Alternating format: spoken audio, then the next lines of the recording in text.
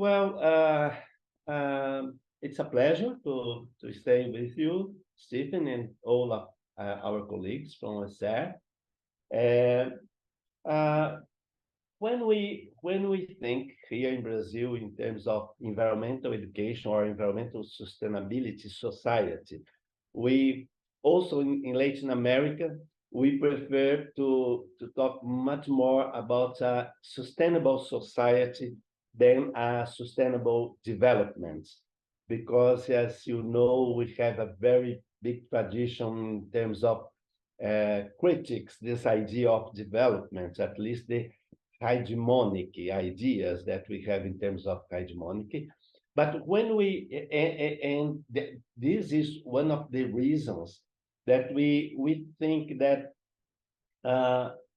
when we are in this field of environmental education or environmental sustainability society, usually it's much more common that we say environmental education in general terms. Uh, in some way, there was a movement in Brazil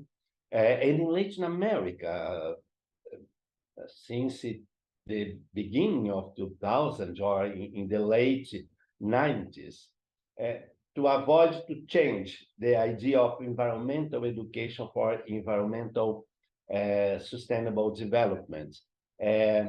and there is a very huge arguments here in terms of in some way there was some thoughts here that this idea for sustainable development, it was a movement to depoliticizing environmental education. And it's much more common. And when I'm saying in terms of environmental education, we are considering these discussions, these movements in terms of sustainable society, trying also having as an orientation the perspectives of a social environmental justice or social environmental equality in terms of quality of life for all citizenship. As you know, Latin Americans suffer with a very big differences in terms of quality of life and in terms of injustice, social environmental injustice. Then the first thing that we think that it is very fruitful for all of us to dialogue with European countries in North Hemisphere as to consider this field, even in terms of research and in terms of teaching practices, pedagogical practices, seen as a discursive arena. And in this way, a field of disputes in this diversified interests in terms of ideological and political perspectives. In some way, we think that it is very interesting to discuss and to see ways how can we navigate in the torrential sea of educational and environmental discourse, always loaded with this most diverse and ideological interests. In some way, how can we positionate ourselves in these cloudy discursive fields? When we think in Latin America, we are always trying to with our colleagues from different parts of the world, and we, as you know, we have a very big interest in dialogue with European countries and European researchers and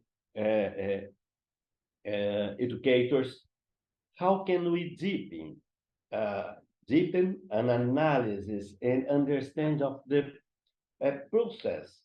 or positioning our perspectives in terms of decolonial environmental education or decolonial environmental for sustainability societies. The coloniality maybe could be seen as one of the most core discourse that could drive our collaborative actions. Uh, and we think that that there is no possible or possibility to think on a decolonial environmental education, and if we do not consider the possibilities to involve different cultural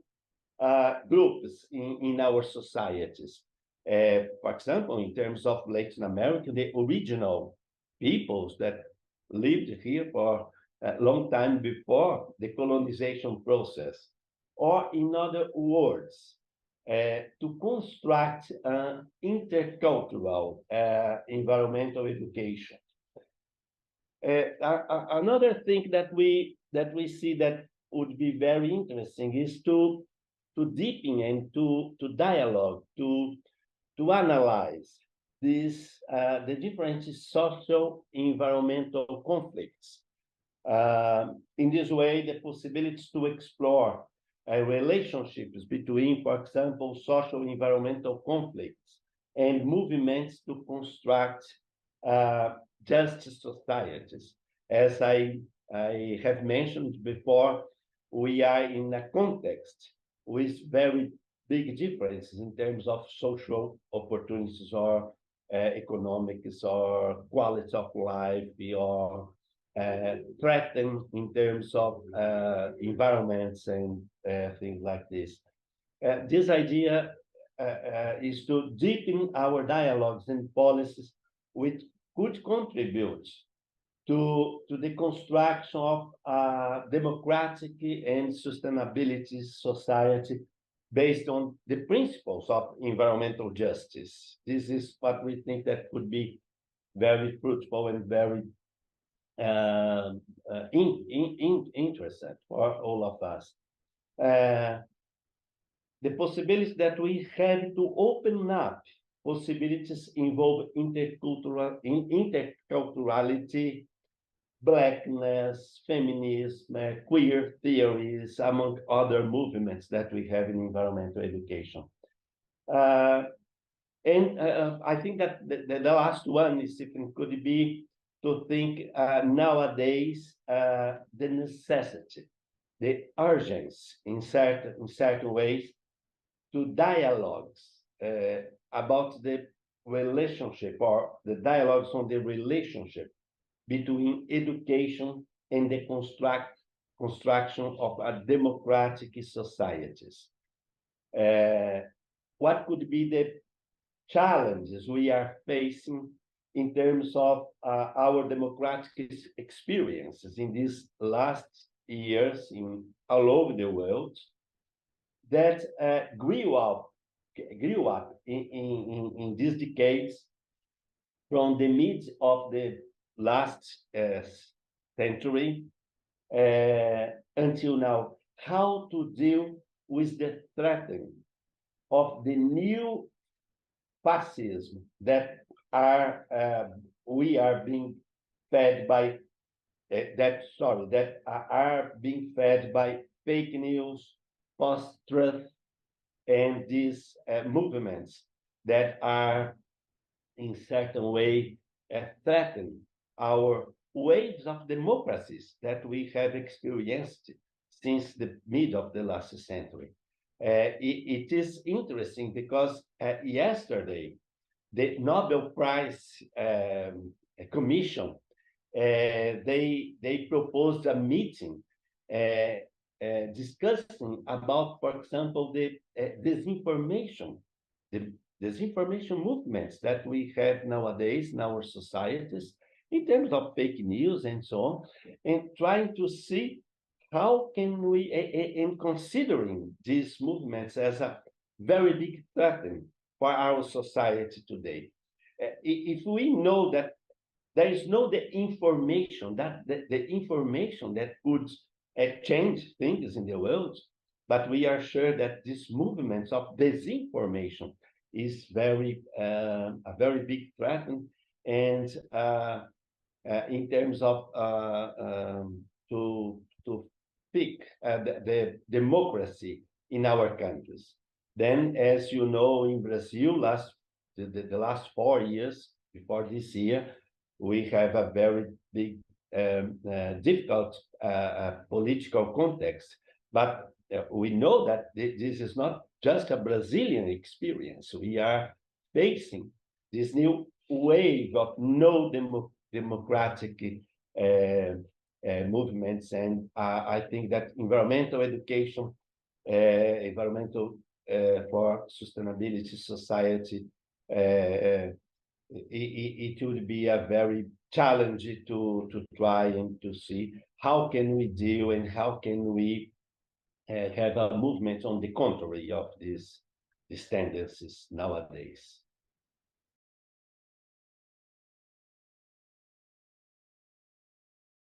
I think that you have heard that in Brazil we are trying to carry out interinstitutional research in terms of trying to have an analysis of the state of the art of environmental education research in Brazil. We are trying to constitute a databases in terms of master and doctoral studies, and the main objectives or the main goal of this that we could say that this is a kind of a program, a research program, much more than a research project, but a research program that we are trying to do with 8 different universities or institutions in Brazil, trying to have the first objective could be to give a descriptive and mapping overview of Brazilian environmental education research in terms of institutional involved in this research, is regional, geographic regional situations in Brazil that are trying to do gender and general profile of researcher, and educational context also. We kind of educational contexts. We are doing our interests and trying to see what is going on in terms of research, but also much more than this descriptive and mapping proposal, also to offer information for researchers to investigate in a more comprehensive and interpretative studies considering particular interests of different research groups in Brazil. But also we have another kind of another perspectives in terms of research that is obviously in terms of pedagogical practice or teaching practice for environmental education. And in both of these projects or programs, we are trying, or we have an interest into identify what can we do in terms of political dimension of environmental education. Always we have a starting point that there is no no politicized environmental education. All environmental education is have a political perspectives on it, but what kind of political dimension we are always trying to point out in our discourses or in our and see this also the research practice and pedagogical practice or teaching practice as a discursive field. Then come again to this idea that we are in a discursive arena with different kind of political interests, ideological interests, and how can we can we identify this in our discursive practices? So we think that this dialogue that we are having with the European countries and the opportunities to have some to stay in some meets or to deepen this analysis or dialogues in terms of publications and our research is very useful. And we think that this could be, Stephen, a very good productive way to and we can see that these dialogues with European countries can give us very good feedbacks in terms of our research here in Brazil. It's very good.